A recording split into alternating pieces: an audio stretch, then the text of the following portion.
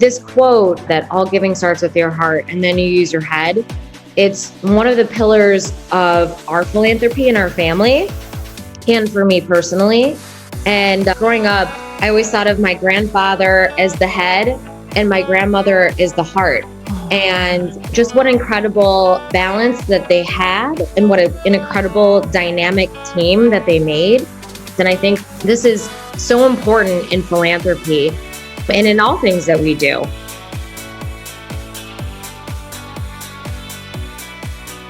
This is Katana Abbott, and I want to welcome you all to Smart Women Talk. Phillip Fisher is the founder of Mission Throttle, a firm that leads cultural change to accelerate the evolution of philanthropy.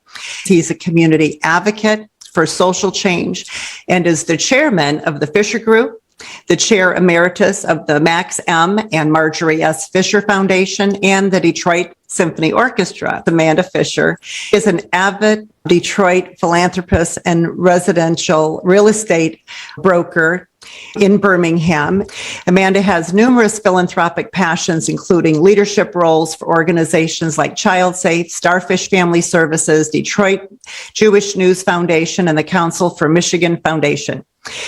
And Amanda is a trustee now of the Max and Marjorie S. Fisher Foundation, where she also serves on committees for impact investing and early childhood development. I'm so excited to have you both here. Can we start with you, Phillip, just to talk about when your parents started this foundation and talk a little bit about how the foundation actually came into existence? Thank you for having us. My parents and Amanda's grandparents, what an incredibly rich history they too had. My father's community service goes back to the 1950s, where he served as president of the Jewish Welfare Federation. Most of his philanthropic activity was directed towards the Jewish community, both locally and nationally, and then ultimately throughout the world. He led by being an active listener and arbitrated conflicts by reaching compromise with the parties. This is true in many of the different circles that he led, both religious, as I mentioned, political in the Republican Party, as an intermediary and an arbitrator between Israel and the United States, and corporate circles, where he gave not just of himself, but allowed and advocated for others to step forward. Dad's legacy is vast, and I encourage you to go to his archive site, maxmfisher.org, to learn more and see some videos and audio clips of the incredible impact that he made in the world. I must tell you, it gives me chills to think about how one person, both male and female, can change the world through their hearts. So Mother also was an incredible philanthropist, became more active, if you will, after Father's demise in 2005, and led by example to others in both the Detroit and West Palm Beach community. So impressive. She always said, all giving starts with your heart, and then you use your head. And I think we live that axiom even through today. As it relates to our family's organized giving, it mostly happens through the foundation. Although it's existed for decades, it was endowed in 2007 through his estate administration and continues. Okay. I wondered where it actually began, and then the family members were all brought in. I want to go back to the quote. Amanda, I was at the memorial for your grandma at the DSO. What a legacy it was so beautiful to have her come back to her home. It really was. You did such a beautiful service, and I was honored to be there. But when you heard this, legacy begins in your heart and then you move to your head, is that something that has stayed with you? What has that meant to you to have your grandmother say that? And then how have you brought that to life in your own work that you do today? This quote that all giving starts with your heart and then you use your head, it's one of the pillars of our philanthropy in our family and for me personally. And growing up, I always envisioned my grandparents of this quote personified. I always thought of my grandfather as the head and my grandmother as the heart.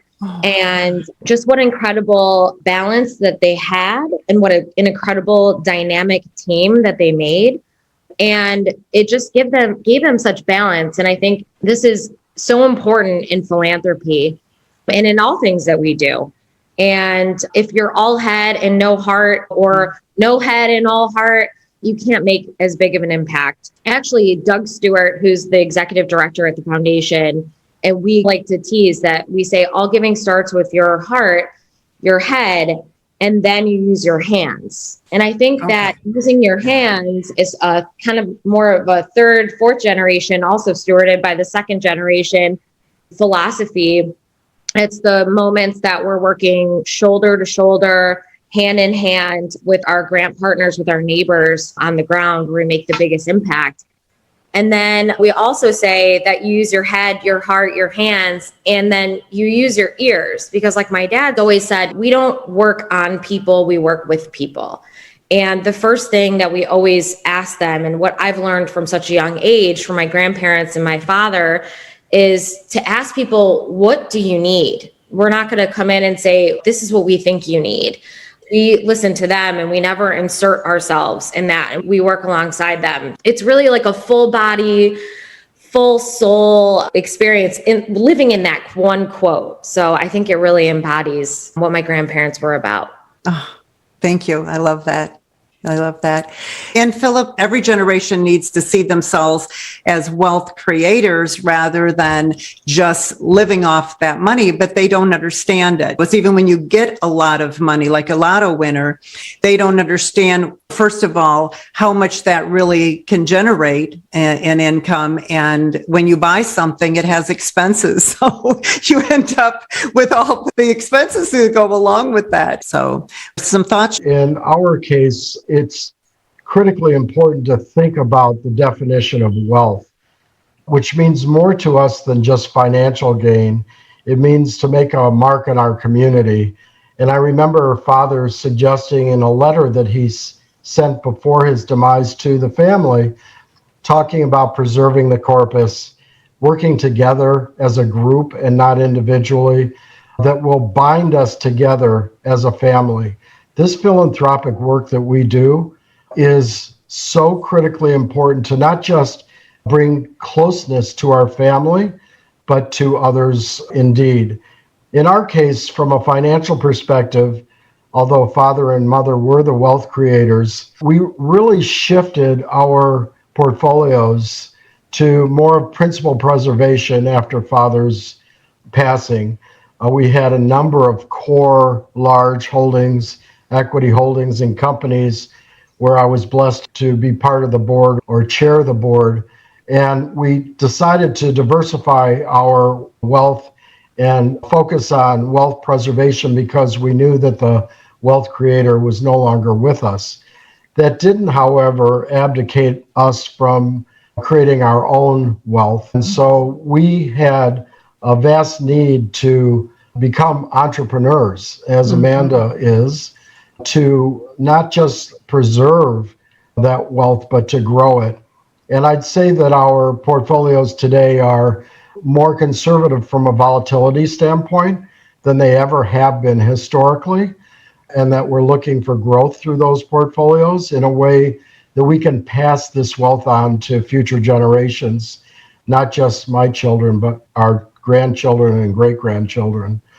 And it encourages the third and fourth generation to follow that lead, to understand that this is not an entitlement, but an obligation, an obligation to make sure that they can pass as much wealth on to their children and grandchildren so that we can perpetuate the family legacy. Yeah, absolutely. That is just so wonderful. And Amanda, share a little bit about you're a young woman and you are an entrepreneur. You're working right now. Tell us a little bit about the work that you're doing in the community personally, and then how you've decided to, what nonprofits and philanthropic projects you've decided to take on and why. growing up, this idea of giving back was just instilled in me from such a young age from my parents and from my dad and my grandparents. And so I knew that giving back was something I'd always want to do, either part as my profession or as an obligation I have to the community and an honor and a privilege that I have. And coming out of college, I did a lot of event work benefiting not-for-profits, or as we call them, for impact organizations, because they shouldn't be defined as what they're not. That's why we call them for impact and non-for-profit. So I did a lot of that work, and I think I had a little bit of trouble separating my heart and my head. And I started to use those skills more in my professional career. I went into real estate. I'm at Max Brook in Birmingham as a broker. I also help to consult for my clients for their renovations, their new builds, design work that they're doing. So it's like a one-stop shop for them. But also, I'm a trustee at the foundation, and that's a huge part of my life. It's a huge part of my passion. And I'm also a board member of City Year Detroit, which is an incredible organization that I'm just so passionate about, and I learned about through my father and through my grandmother, actually. And a lot of these things take a lot of time throughout the weeks, but my days are filled with things that I love. So it's just an honor and a privilege to be able to be a part of the foundation. I'm a third generation member. As my dad has said, we have 9 board members on the foundation board. Now, 5 of them are comprised of third and fourth generation board members. So our third and fourth generation are actually the largest number, majority leader on the board now. And I really give credit to my father and the second generation for making that such a priority in their leadership, was to really bring us in and have us be a huge voice on this board and to be involved really at such a young age. The system that you've put in place is really preparing the ability for the board to be passed on to that next generation with continuity, that it will continue. So I wanted to ask, Phillip, when you were involved, it looks like at the beginning, and I remember I worked with you and Ann in the Planned Giving Committee or Advisory Council for the Detroit Symphony Orchestra on Planned Giving. And one of the things that you mentioned is that you weren't able to just decide to make a specific amount of gift from the foundation, that everyone could bring ideas and consult. I'd like you to, for families that might have some money, that maybe they have something with the community foundation or one of these funds that are charitable funds. Let's say they want to do something with charity. Give us an example of how your family makes decisions with that board. I think of it more as an opportunity than a challenge, and I would suggest or recommend that you step back first and not focus on the grantees that you want to fund, but moreover, what values that you have coming into this work, and how do you blend that with various generations of family members? Because in the end, as Amanda said, we are one group with our focus on what's best for the foundation rather than what's best for us individually.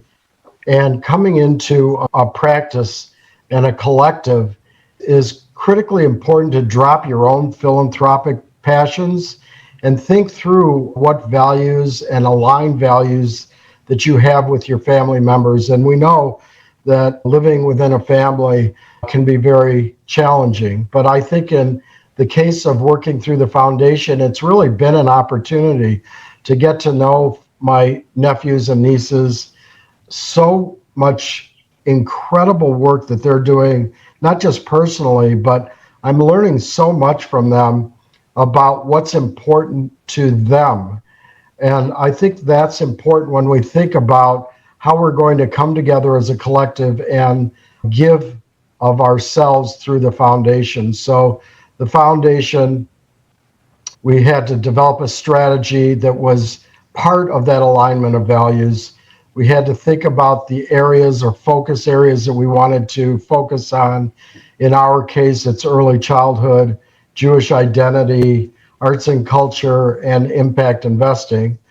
And collectively, the foundation has granted over $100 million in the 15 or so years that we've been together as a group. And none of this would be possible without the incredible staff that we have, led by Doug Stewart on the foundation side and Mark Davidoff on the Fisher Group side, because I truly believe that the family office, the Fisher Group, are partners in the impact that is created through the foundation. What is interesting, and I just want to mention it, is that not only are you going vertically in the families, but you're going horizontally with brothers and sisters and cousins. And how important is to bring the families together instead of everyone saying, this is mine, good luck type of thing. It seems like it's made your family even more strong. So what a great question, Katana. I really believe when you're thinking about family, you literally have to define what family is. Is it just the lineal descendants of Max and Marjorie? Is it the descendants' spouses, which I get tremendous value and thoughts and strategies from my wife, and I know Amanda through her husband and her cousins through their spouses. And some of us are adopted. And so are they truly family members? And in our case, yes, they are. We need to be thoughtful about who we're bringing to the table and how we're representing the entire family, which spans now 4 generations and about 55 family members. Wow. So that's a great question, Katana. And just a quick question. Does the board rotate too? Because if there's 55 family members, how does someone get selected to be part of the board? And then the roles too. I hope you can share that too. His father and mother, as you can imagine. Then the second generation are lifetime trustees, unquote, where we'll serve for our life. Okay. In the third and fourth generations, they're going to need to figure out how they're going to pass on succession to other family members.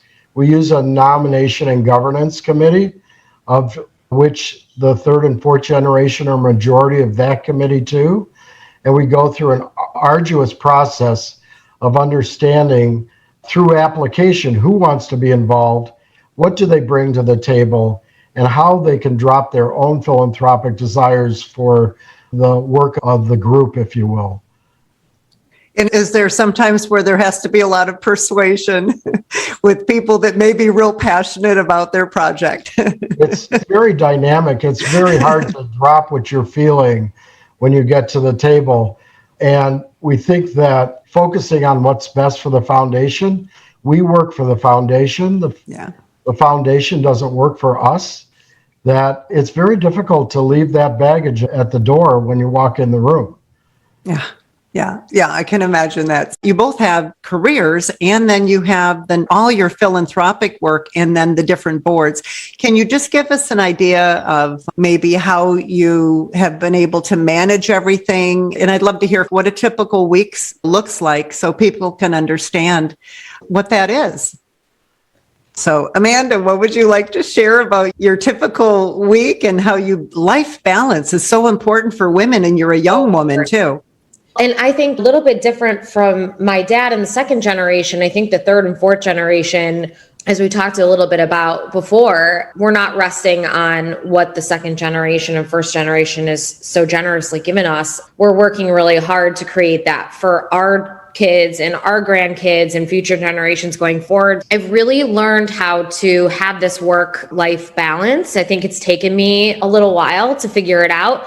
And I always set aside a certain amount of hours for work. And because I am so involved in the foundation, I'm a trustee, I'm on the Impact Investing Committee, I'm on the Early Education Development Committee, I'm also on the Nominating and Governance Committee, and I'm chair of Legacy at the foundation. So you can imagine that's just within the foundation. And then of all the boards that I sit on, a week in my life is always different. Every day is different. And so I always have peppered in board meetings or discussions that, again, I feel lucky that these are my passions. And I think my dad has really helped me with that work-life balance, because he's always taught me that it is really important to learn how to say no. And that if we're stretched too thin and we don't bring all of ourselves to something, no matter what it is that we're doing, whether it's work or giving within the community, we're not going to have as much of an impact. So I've learned to be able to tailor my life and my day to give my time to the things that I love the most, which are my work, my philanthropic organizations and desires and passions, and my family and my friends. And I'm in this really cool place where my parents and my family, yes, they're my family. Yes, they're my parents, but they're also our friends. And we're just in that great part of life where like we want to all hang out together and be together and be friends. And I just feel really lucky. So that's something that's really important to us, my husband and I. And that's what a week is for us. Oh, yeah, that sounds great. I'm so glad you mentioned the idea about balance. We're coming to the end of the show. Phillip mentioned Mission Throttle. I would like you to share the idea of Mission Throttle. Is that something separate you created, and I guess what the mission is for that organization? Yeah, and thank you, Katana. Mission Throttle was formed in 2009. I did a lot of soul searching after my father passed. We had worked together for 25 years. So I wanted to understand what my life work was going to be, and I realized that I'm a capitalist. And I love the capitalistic system from an investment and capital standpoint. We have 45 different asset classes that you can diversify risk into. But I had a deep feeling and passion for philanthropy. And I realized that in philanthropy, we had one asset class, and it was called a grant or a contribution. And it created 100% loss of capital. Now, that's not a bad thing when you think of the social impact. But I thought that it would be interesting to form a firm that was focused on driving capitalism into philanthropy from a capital standpoint. We believe that to solve our nation's social needs, it would take about $3 trillion annually. Giving USA in 2020 showed that there was $475 billion given in contributions, 71% of which was by individuals, 15% by foundations, and 5% by corporations. When you think about the power of your audience, you think about what that means as far as donative capital, but it creates a philanthropic gap between 3 trillion, which is the needs, and 475 billion, which is the sources. And to fill that capital gap or philanthropic gap, we're trying to change the culture of wealth creators and individuals to think about investing in philanthropy through concessionary loans, equity into social enterprises, and create an opportunity for impact investing, which has grown and burgeoned over the last 2 decades through ESG and other forms, where people now want to align their investments with their values. Yeah. And so it's not just about financial first, it's about a combination between financial and social returns. Oh, very powerful. And there's just been so much wisdom given generously from the two of you. You're such great spokespersons for the work that you're doing and for community. And Amanda, I am just blown away by your composure and just your wisdom. And I want to thank you. You're a great role model for all the young people watching this program. So I want to thank you. Thank you. I had amazing women as role models for myself, my mother and my grandmother. So I've had wonderful women in my life, and so it's important. Yeah, and you'll step into those shoes soon enough. So, you will be. I just want to share one last thing here. When people go into the Smart Women's Academy at the nonprofit at Smart Women's Empowerment, the first thing they can do is take this course I teach. It's my coaching program. I made it free so everyone can take it, called Unlock Your Financial Power. And we asked them to tell us about them. And one of the questions we asked was, what are your financial goals? And they could pick more than one. And so number one was the biggest, 80% said, create more ease and joy in my life. The second was retire with enough. That was 74%. And the next one was about 55%, learn how to earn more. And then the last one blew me away. It was over 50% said, give back and share my wealth. What kind of advice can you give women about this idea of pursuing your dreams and leaving a legacy? So I'd say the old adage is really true, that if you love what you do, you never work a day in your life. And time is so precious. And as we said before, to learn how to say no, to not waste your time doing things that don't move you, that don't drive you. Learn how to save and the basics of finances. I think we underestimate. Even in school, I think they're doing a better job of teaching the future generations of how to preserve wealth, what a bank account is, what a savings account is, what's a 401k, what's an IRA, all of those things. I think they're doing a better job, but it's so important to take ownership over that and use your power to learn about things like that.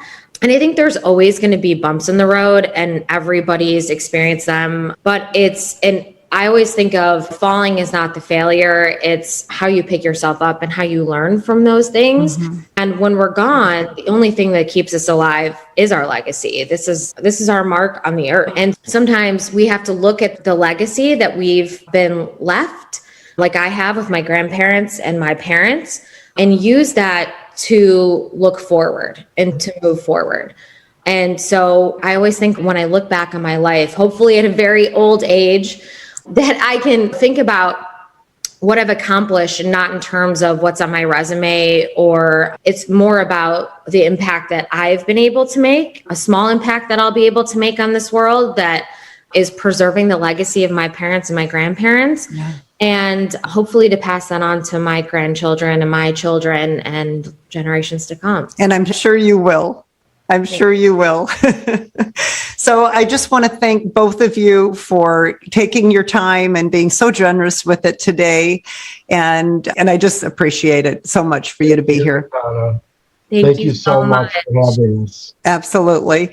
And I want to thank everyone for joining us today. If you want to get on our mailing list so you'll get the newsletter and be able to access all the resources like the Smart Women's Academy, you can go to joinsmartwomen.com and you will be brought into our fold, and then we'll stay in touch with you.